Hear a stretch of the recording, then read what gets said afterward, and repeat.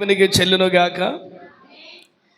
ఈ ఉదయకాల సమయంలో మీతో కలిసి ఈ రీతిగా ప్రభును స్తుతించి ఆరాధించడానికి, అలాగనే చిన్న పరిచర్య చేయడానికి ప్రభు ఇచ్చిన అవకాశాన్ని బట్టి ప్రభును స్తుతిస్తూ ఇటు చక్కని సదవకాశాన్ని కల్పించిన మీ ఆత్మీయ తండ్రి గారు దైవజనులు రవికుమార్ గారికి, అమ్మగారికి హృదయపూర్వకంగా ధన్యవాదాలు తెలియజేస్తూ ఉన్నాం.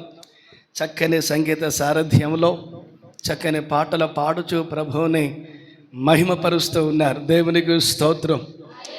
నేను కూడా యూట్యూబ్లో ఏ కార్యక్రమాలు చూస్తున్నప్పుడు మీ కార్యక్రమాలు విని చూసి బహుగా ప్రభును స్తుతిస్తున్నాను. దేవునికి స్తోత్రం. మీ అందరిని బట్టి ప్రభును స్తుతిస్తూ మీ అందరికీ హృదయపూర్వకంగా ధన్యవాదాలు తెలియజేస్తున్నాను. దేవునికి స్తోత్రం కలుగును గాక. చెబుదాం హల్లెలూయా. దేవుని రాజ్య వ్యాప్తిలో బలముగా చక్కగా వాడబడుతున్న దైవజనులు రవికుమార్ గారిని బట్టి నేను బహుగా ప్రభుని స్తుతిస్తున్నాను. చక్కని ప్రార్థనా యోధుడైనటువంటి ఒక దైవజనుని మీరు కాపరిగా కలిగి ఉండటం హల్లెలూయా. మీరు ధన్యులు. దేవునికి స్తోత్రం.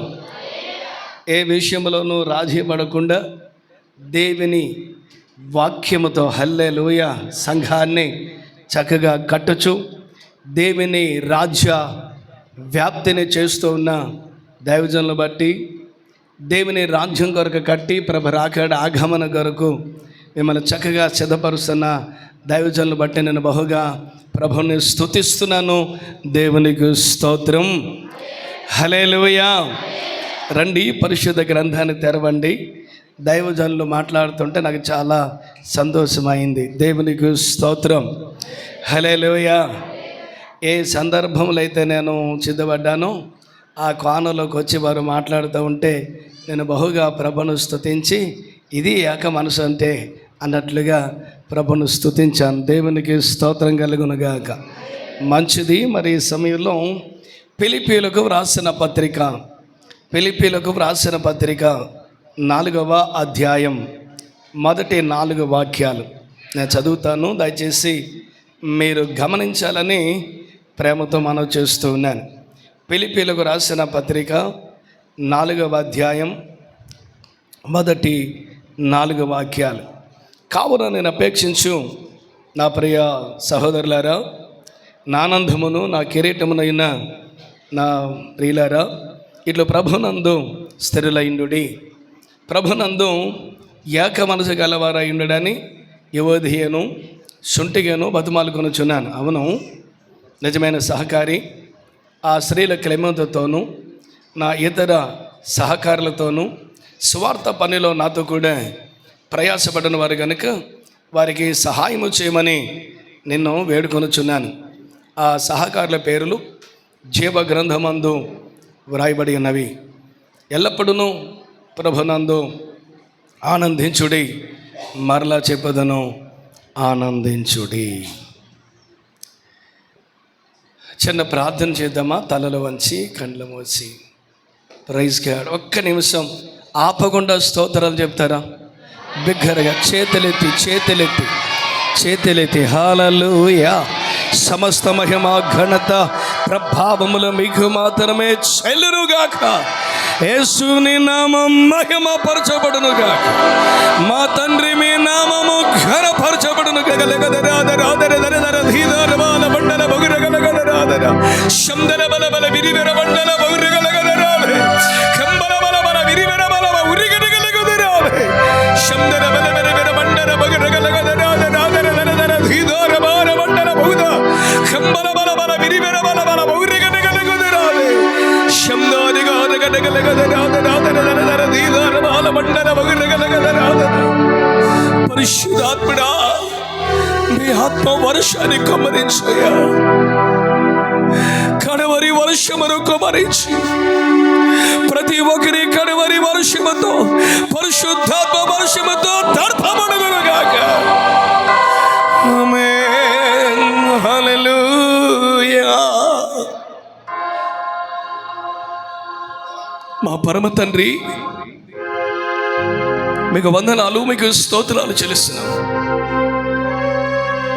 దేవా, కృప కలిగిన తండ్రి, మేమేమయ్యన్నది కేవలం నీ మహాకృప అయ్యున్నదని నిండు కృతజ్ఞతలతో నీ కృప కలిగిన మహిమ కలిగిన హస్తాలకు అప్పగించుకొని నన్ను నీ సన్నిధిలో స్తుతిస్తున్నా. దేవా, కృప కలిగిన తండ్రి మహోన్నతుడా, కన్నీటికి ఫలితముగా ప్రార్థనలకు జవాబుగా ఈ ఉపవాస ప్రార్థన కూడికలను ఎంతో తీవ్రకరముగాను ఆశీర్వాదకరముగాను మీ నామ మహిమార్థమై మీరు జరిగిస్తున్న విధానమును బట్టి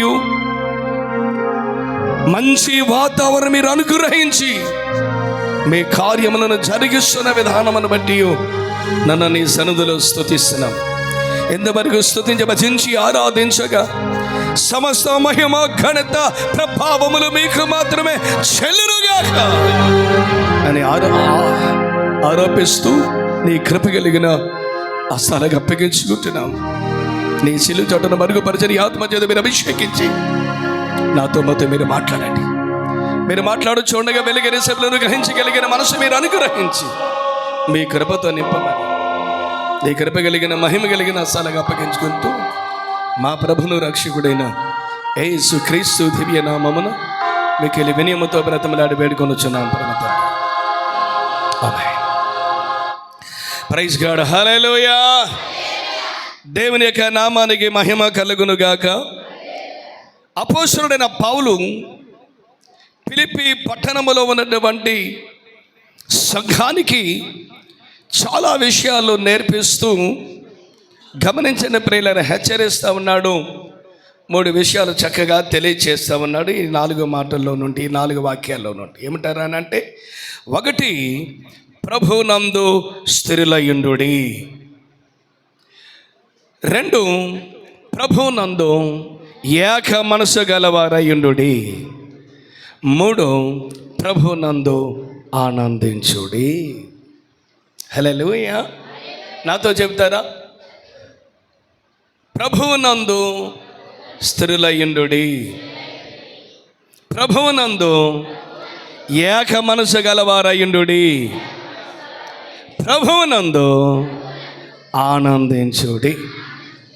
హల్లెలూయా. స్థిరంగా ఉండాలి, ఏక మనసు గలవారై ఉండాలి, ఆనందించాలి ప్రభునందు. దేవునికి స్తోత్రం. హల్లెలూయా. 3 మొక్కలుగా 3 మాటలు మేము ముందు పెట్టి ముగించడానికి ఇష్టపడుతూ ఉన్నాను. దయచేసి ప్రతి ఒక్కరు కూడా ప్రార్థనాపూర్వకంగా ఉండాలని ప్రేమతో మనం చూస్తూ ఉన్నాను. హల్లెలూయా. ప్రియులారా, ఒక మాట మీకు జ్ఞాపం చేస్తాను. సైనిక దళములోకి వెళ్ళిన ఒక సైనికుడు, ప్రియులారా, ఆ సైనిక దళములోనికి వెళ్ళిన తర్వాత, ఆ సైన్యంలోనికి వెళ్ళిన తర్వాత ఎలాంటి సమర్పణతో తీర్మానంతో ఉంటాడంటే, చావైనా బ్రతుకైనా వెనక్కి తిరిగేది లేదు. హల్లెలూయా. చచ్చిపోతే నా దేశ క్షేమము కొరకు చచ్చిపోదాం, బ్రతికితే నా దేశ క్షేమము కొరకు రోషము కలిగి, పౌరుషము కలిగి, సత్తా కలిగి, ధైర్యముతో యుద్ధ రణరంగములో ముందుకు సాగిపోదాం. అదే సమర్పణతో, తీర్మానముతో గమనించండి ప్రియులారా, సైనికుడు అడుగు ముందుకేస్తాడు. చావడానికైనా ఇష్టపడతాడు, కానీ ఏమాత్రము ఎనుదిరగక, ఎను చూడక ముందుగా సాగిపోతాడు. హల్లెలూయా. ఒకవేళ ప్రమాదము పొంచి ఉంది అనే విషయము తెలిసి వెనుదిరుగుతున్నాడు అంటే అతను సరి అయిన సైనికుడే కాదు అని చెప్పాలి. ప్రియమైన దేవుని బిడ్డలారా, దయచేసి గమనించండి. ఇప్పుడు మనం జీవము కలిగిన దేవునిలోనికి వచ్చి ఉన్నాము. హల్లెలూయా. జీవము కలిగిన దేవుని రాజ్యము కొరకు కట్టబడుచున్న వారమై ప్రభువు రాకడ ఆగమన కొరకు సిద్ధపరచబడుతూ ఉన్నాం. హల్లెలూయా. ఈ భాగంలో ఎలాంటి పరిస్థితులు మన జీవితంలో ఎదురైనప్పటికీ కూడా వెనుతిరగకుండా, వెనుక తిరిగి చూడకుండా చావైనా బ్రతుకైనా మనం విజయవంతంగా ముందుకు సాగిపోదుముగాక. అది ఎవరిలో సాధ్యమవుతుంది అని అంటే, జీవగలిగిన దేవుని యందు ఎవరైతే స్థిరముగా ఉంటారో వారిలో అది సాధ్యమే. చప్పట్లు కూడా దేవునికి స్తోత్రం చెల్లిందా. ప్రియులారా, దయచేసి గమనించాలి. ఇక్కడ మొదటి మాట, ప్రభువునందు స్థిరులయ్యుండుడి. గమనించాల్సిన విషయం. ఎందుకు ఆ విషయాన్ని పౌలు గారు నొక్కి చెప్పారు అంటే కారణం లేకపోలేదు. ప్రభువునందు స్థిరముగా ఉండాల్సినటువంటి ఆ ఫిలిప్పీ సంఘములోన విశ్వాసులు రెల్లు కదిలినట్లుగా కదిలిపోతున్నారట. ఆయా పరిస్థితుల నడుమ, దుర్బాధల విషయంలో, ఆయా పరిస్థితులను బట్టి గమనించండి ప్రియులారా, రెల్లు కదులుతున్నట్లుగా కదిలాడుతున్న పరిస్థితిని గమనించి, ఎదుగో మీరు కదిలిపోకూడదు, హల్లెలూయా, ప్రతి విషయమందును స్థిరముగా ఉండాలి అని హెచ్చరిస్తున్నటువంటి మాటను మనం చూస్తాం. హల్లెలూయా. ప్రియులారా, నేటి కాలంలో మనకి విశ్వాస జీవిత విషయంలో మనం ఆలోచన చేస్తే ఎట్లా ఉంది ఒకసారి ఆలోచించండి. కొందరి జీవితంలో గమనించండి ప్రియులారా, ప్రార్థన విషయంలోన, ఆత్మీయత విషయంలోన, గమనించండి ప్రియులారా, విశ్వాస విషయంలోన, వాక్యానుసారముగా జీవించే విషయంలోన స్థిరత్వం లేదు. రెల్లు కదిలినట్లుగా, గాలికి రెల్లు కదిలినట్లుగా కదిలిపోతూ ఉన్నారు. విశ్వాసములో సడలిపోతూ ఉన్నారు, ప్రార్థనలో సదిలిపడుతూ ఉన్నారు. ఆత్మీయ జీవితంలో దిగజారుతున్నటువంటి పరిస్థితులు. ప్రేమైన దేవుని బిడ్డ, ఈ రాబోతున్నటువంటి భయంకరమైనటువంటి, ఎదురవుతున్నటువంటి భయంకరమైన ఈ పరిస్థితుల్లో గమనించండి ప్రియులారా, రెల్లు కదులనట్లుగా మన విశ్వాసమే కానీ, మన ఆత్మీయ జీవితమే కానీ, మన ప్రార్థనా జీవితమే కానీ, వాక్యానుసారమైన జీవితమే కానీ కదిలిపోకూడదు. ప్రభువు నందు మనము స్థిరులమై ఉండాలి. హల్లెలూయా. ఎలా? భక్తుల జీవితంలో నుండి కాస్త మనం ముందుకు వెళదాం. దైవజనులు ఆల్రెడీ స్టార్ట్ చేశారు. ఆ దైవజనులు జ్ఞాపం చేసిన, లేక తెలియచేసిన, నేర్పించిన ఆ సందర్భం నుండియే మనం కొంచెం లోపలికి వెళతాం. రండి ఎస్తేరు గ్రంథంలోనికి. రండి ఎస్తేరు గ్రంథంలోనికి. ఎస్తేరు గ్రంథంలోనికి వచ్చినట్లయితే గమనించండి ప్రియులారా, 3వ అధ్యాయం తీయండి. 4వ వాక్యంలో చివరి లైన్లో ఒక మాట కనపడుతుంది. చివరి లైన్లో అతడు అంటాడు, ఎలయనగా అతను అంటాడు, నేను యూదుడను గనక ఆ పని చేయజాలనని వారితో చెప్పియుండెను. హల్లెలూయా. ఎవరు ఎవరు దైవజనులు చెప్పినట్లుగా మొర్దెకై అంటున్నాడు, నేను యూదుడను కనుక ఆ పని చేయజాలను. హల్లెలూయా. ఏ కారణం ఏమిటి అని అంటే మీకు తెలిసిన విషయమే జ్ఞాపం చేస్తున్నాను. రాజైన అహష్వేరోషు రాజు గమనించిన ప్రియులను అక్కడ హామాను హెచ్చించి ఘనపరిచి అక్కడున్న వారికి ఆజ్ఞ ఇచ్చాడు. రాజాజ్ఞ మేరకు అక్కడున్న వారందరూ కూడా హామానుని ఏం చేస్తున్నారంటే గౌరవిస్తున్నారు. ఎంతలాగంటే మోకాళ్ళుని మోకాళ్ళుని వంగి నమస్కారము చేస్తూ ఉన్నారు రాజాజ్ఞానుసారంగా. వారందరూ కూడా హామానుకు గమనించిన ప్రియులారు వంగి వంగి నమస్కారము చేస్తూ ఉంటే గమనించండి, ఈ మొర్దెకై మాత్రము ఏమాత్రం వంగకయు నమస్కారము చేయకయు ఉండగా అక్కడున్న వారు పలుమారులు, ఎదుగో రాజాజ్ఞ మేరకు మేము వంగి నమస్కరిస్తున్నాము, నువ్వేమాత్రము వంగడం లేదు, నమస్కారము చేయడం లేదు, నమస్కరించాలి అని చెప్పి పలుమార్లు ప్రతి దినం గమనించండి ప్రియులారా, అతనితో మాట్లాడుతూ ఉంటే ఆ మాట్లాడుతున్న సమయంలో వారితో పలికిన మాట, అయ్ నేను ఎవరిని అనుకుంటున్నావు, మీకులాగా నో అలాంటి వ్యక్తిని కాదు, నేను యూతుడను. హల్లెలూయా. ఏమంటున్నాడు? నేను యూతుడను గనక చావనన్నా చస్తాను కానీ ఆ పని చేయలేను. హల్లెలూయా. ఆ నోట ఈ నోట వెళ్ళింది రాజా. గమనించండి ప్రియులారా, ఆ సేవకులు ఉన్నారు కదా అక్కడ నా ధనులతో హామాను దగ్గరికి వెళ్ళింది మాట. ఉగ్రుడయ్యాడు, కోపేద్రేకుడయ్యాడు. గమనించండి ప్రియులారా, ఇప్పుడు కోపేద్రేకుడై ఏమండి ఇప్పుడు ఏం చేసినాడు? ఒక శాసనం రాజుగారిని పొరుగొలిపి ప్రోత్సహించి, గమనించండి ప్రియులారా, రాజుగారికి చెప్పి ఉన్నది లేను కూడా ఏదైనా చెప్పాలంటే చెప్పి, గమనించండి ప్రియులారా, రాజుగారిని ఒప్పించి ఒక శాసనం పుట్టించాడు. ఏమిటా శాసనం? 13వ వాక్యం 3:13 ఆదారున 12వ నెల 13వ దినమందు ఎవరినేమి, వృద్ధులనేమి, శిశువులనేమి, స్త్రీలనేమి, యూదులందరినీ ఒక్క దినమందే బొత్తుగా నిర్మూలన చేయాలి, నాశనము చేసి వాడేయాలి.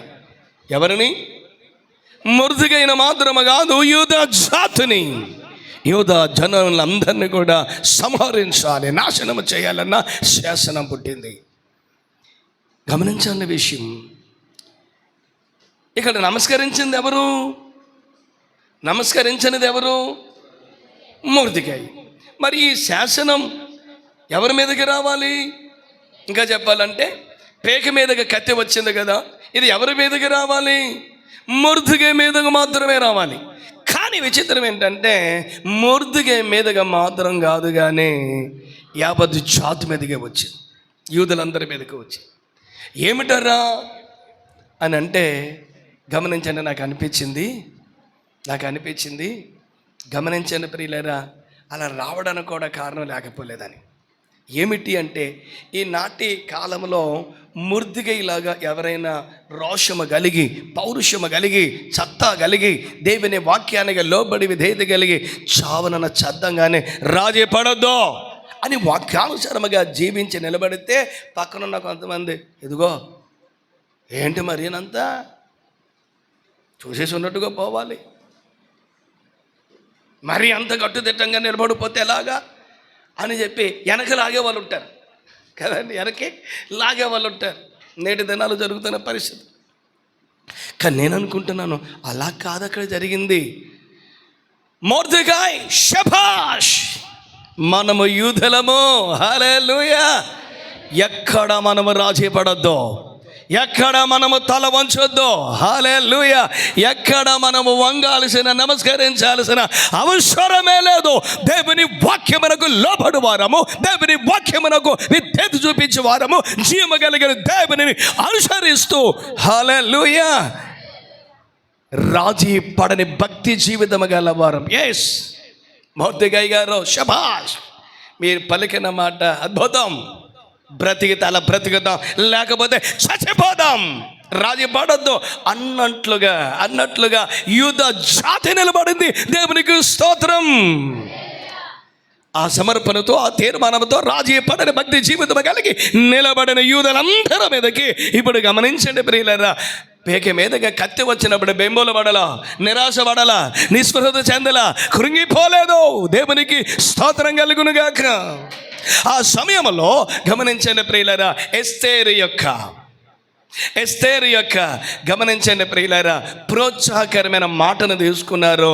గమనించండి, ఎస్తేరు కానివ్వండి, ఆమె యొక్క పనిగతులు కానివ్వండి, మొర్దెకై కానివ్వండి, ఆ సంస్థానంలో ఉన్నటువంటి ఆ యూదులందరినీ కూడా సమాజ మందిరములోనికి సమకూర్చి, గమనించండి, మీలాగన ఏం చేశారు? ఇప్పుడు 3 రోజులు పసుకోవటాలండి అయ్యా, 4 రోజులు. దేవునికి స్తోత్రం. వారైతే 3 రోజులు. దేవునికి స్తోత్రం కలుగును గాక. ఏమంటే 3 రోజులుగా ఉపవాస ప్రార్థనలు ఏర్పాటు చేశారు. దేవునికి స్తోత్రం చెబుదాము. హల్లెలూయా. న్యాయ వ్యతిరేక వ్యక్తముగా ఉన్నాను, శోభనైనా చేస్తాను, నశించిన నశిస్తాను, మీ కొరకు నేను అడుగు ముందుకి వేయకుండా ఉండలేను, రాజుతో మాట్లాడకుండా ఉండలేను, రాజుతో మనవి చేయకుండా ఉండలేను. ఇదిగా యూదా జనాంగమా, అవసరమైతే మీ కొరకు నేను నశించిన నశిస్తాను, సావరణ సస్తాను, కానీ మీ కొరకు నేను మనవి చేయకుండా రాజు దగ్గర నిలబడకుండా ఉండలేను. హల్లెలూయా.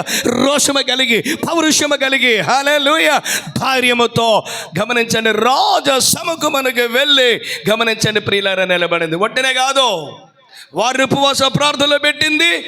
ఈమెను పనికితులతో కలిసి 3 రోజులు ఉపవాసం ఉండి ప్రార్థించి గమనించండి, ప్రార్థన ముగించుకొని గమనించండి ప్రియులారా, రోషము కలిగినదై తన జాతి పట్ల భారము కలిగిన హృదయముతో రాజు సముఖము వెళ్ళి నిలబడింది. దేవునికి స్తోత్రం. దైవజనులు చెప్పినట్లుగా గమనించండి, మంత్రియే కానీ రాణి అయినా కానీ రాజా పర్మిషన్ లేకుండా ఒకవేళ ఆ సముఖమునికి వెళితే చావవలసినదే. అలాంటి సమయంలో గమనించండి ప్రియులారా, ఏ రాణి ఎస్తేరో వెళ్ళినప్పుడు ఏం జరిగింది గమనించండి ప్రియులారా, దయా దాక్షణ్యము పొందింది. దేవునికి స్తోత్రం. దైవజనులు చెప్పారమ్మా,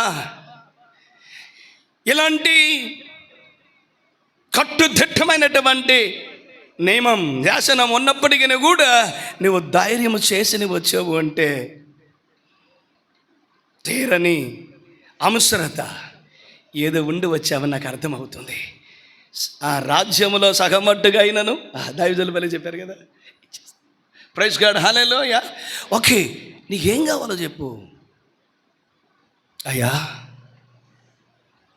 ఏమొద్దయ్యా, ఎందుకు పిలిచింది గొడవ అంతా మీకు తెలుసు కదా, డైరెక్ట్గా వెళ్ళిపోతున్నా. ఏమొద్దయ్యా, నా ప్రజలు నశించిపోతున్నారు, నా ప్రజలు నాశనానికి సమీపించారయ్యా.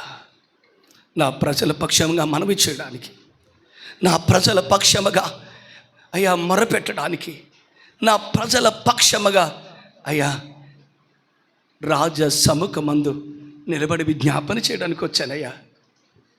నా ప్రజలను కనికరించరా.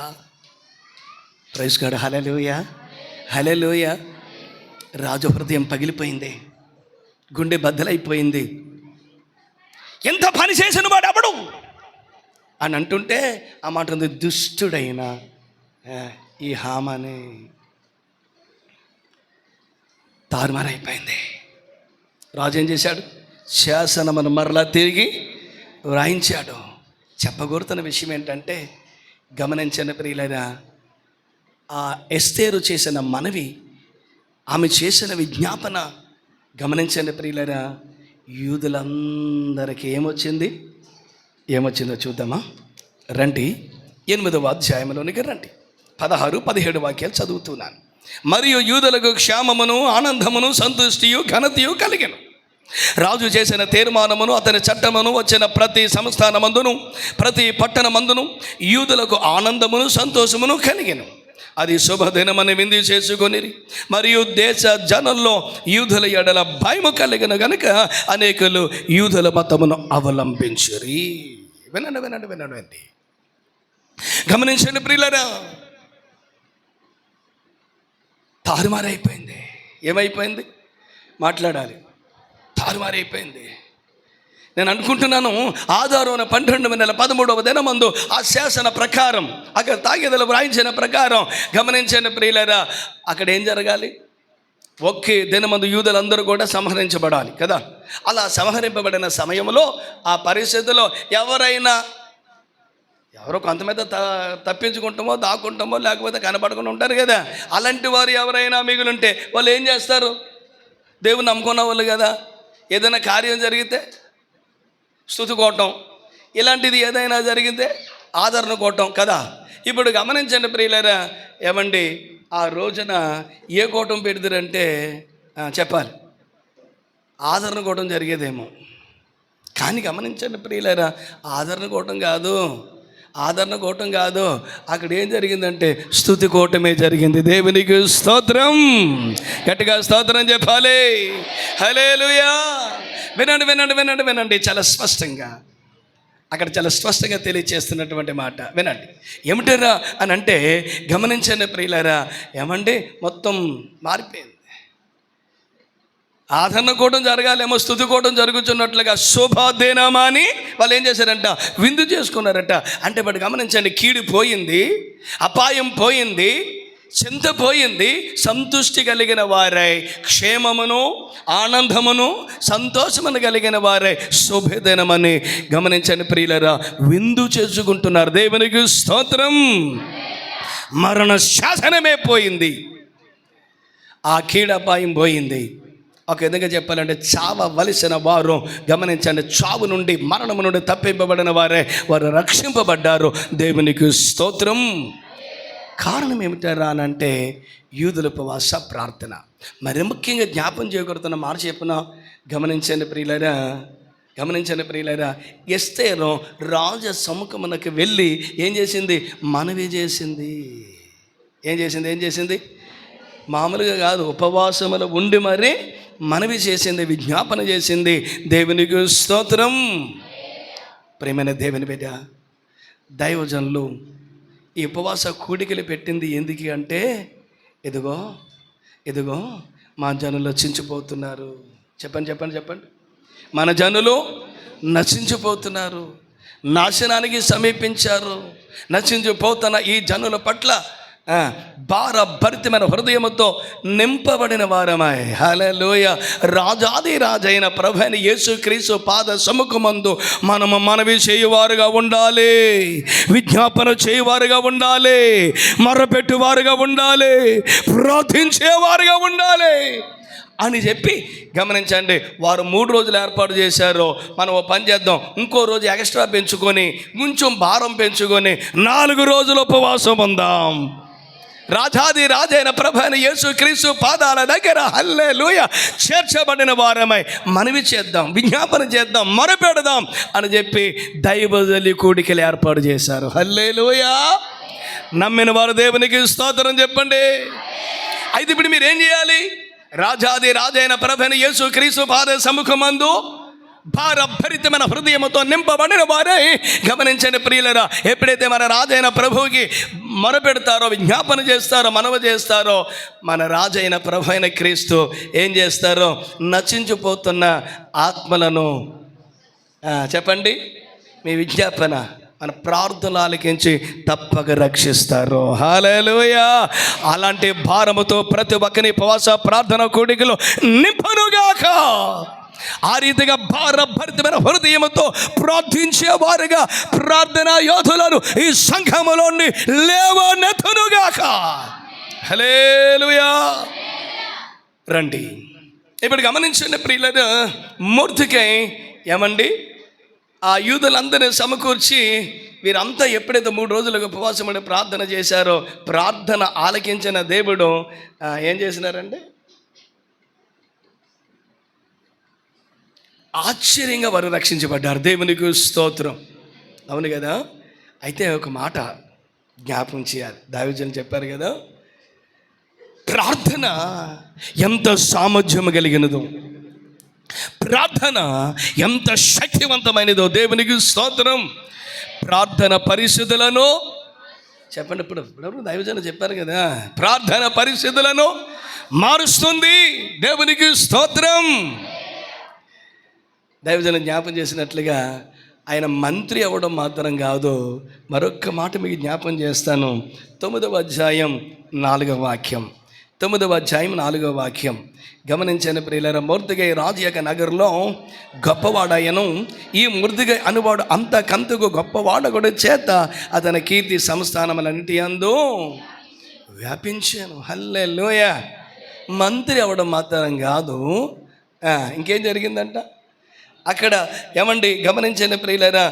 8వ అధ్యాయం 17వ వాక్యంలో చెలవిచ్చినట్లుగా యూదులందరి ఎడల వారికి భయము కలిగింది. గమనించండి, అంత మాత్రమే కాదు, గమనించండి, అనేకులు యూదా మతమును అవలంబించారు. అంత మాత్రమే కాదు, ఇంకొంచెం ముందుకు వెళితే ఏమండి ఈ మొర్దెకై ఆ సంస్థానములో గమనించండి ప్రియులారా, అంతకంతకు ఏమండి ఆ నగరంలో గొప్పవాడయ్యాడు. దేవునికి స్తోత్రం. ఏమండి నేటి కాలంలో మీడియాను మనం చూస్తే అబ్బో చిన్న సంఘటన జరిగితే చాలు, పెద్ద సంఘటన అక్కర్లా, చిన్న సంఘటన జరిగితే చాలు వెంటనే మీడియా పరిగెత్తుకుని వచ్చేద్ది. వచ్చి వెంటనే ప్రశ్నలో ఏం జరిగింది, ఎలా జరిగింది, అసలు మీ స్పందన ఏంటి, అదేంటి ఇది, అవునా కాదా? దాన్ని పురస్కరించుకుని మాట్లాడదాం. ఇప్పుడు గమనించండి ప్రియులారా, ఎంత గొప్ప కార్యమే జరిగింది. ఇప్పుడు మీడియా వచ్చింది ఎక్కడికి అనుకుందాం. మీడియా వచ్చింది ఇప్పుడు ఎక్కడికి? ముర్దుగా దగ్గరికి. ముర్దుగా దగ్గరికి వచ్చి మీడియా ప్రశ్నిస్తా ఉన్న మాట ఏంటంటే, గమనించండి ప్రియులారా, ఇదిగో